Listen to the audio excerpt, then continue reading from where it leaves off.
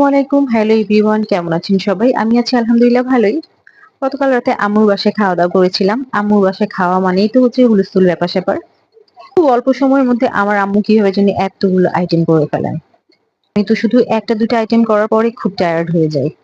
আমার আম্মুর হাতের পোলাও হচ্ছে বেস্ট। আমি একদম হলফ করে বলতে পারি, যেই আমার মায়ের হাতের পোলাও খাবে সে প্রশংসা না করে পারবে না। আমি যতজনের যত জায়গায় যতভাবে যত রকম পোলাও খেয়েছি, আমার কাছে আমার আম্মুর পোলাওর মতো সুস্বাদু অন্য পোলাও লাগেনি। আর আমার মায়ের হাতের রোস্ট, এটিও ভীষণ সুস্বাদু হয়। আমার আম্মু গরুর মাংস করেছিল, রোস্ট করেছিল, চিংড়ি মাছ করেছিল, পোলাও করেছিল। আমি অ্যালার্জির কারণে গরুর মাংসটা এভয়েড করছি। আমি শুধু রোস্ট আর চিংড়ি মাছ দিয়ে আমার পোলাওটা খাবো। আমি একটু রোস্ট দিয়ে খাচ্ছি। আমার আসলে ভিডিও করার কোনো মনোযোগ নেই। কখন আমি খাবারটা শুরু করব এই অপেক্ষায় আছি। আর চিংড়িতেও আমার অ্যালার্জি আছে, বাট কেন জানি চিংড়িটা এভয়েড করতে ইচ্ছা করেনি। নিজে যদি বাসায় রান্না করতাম তাহলে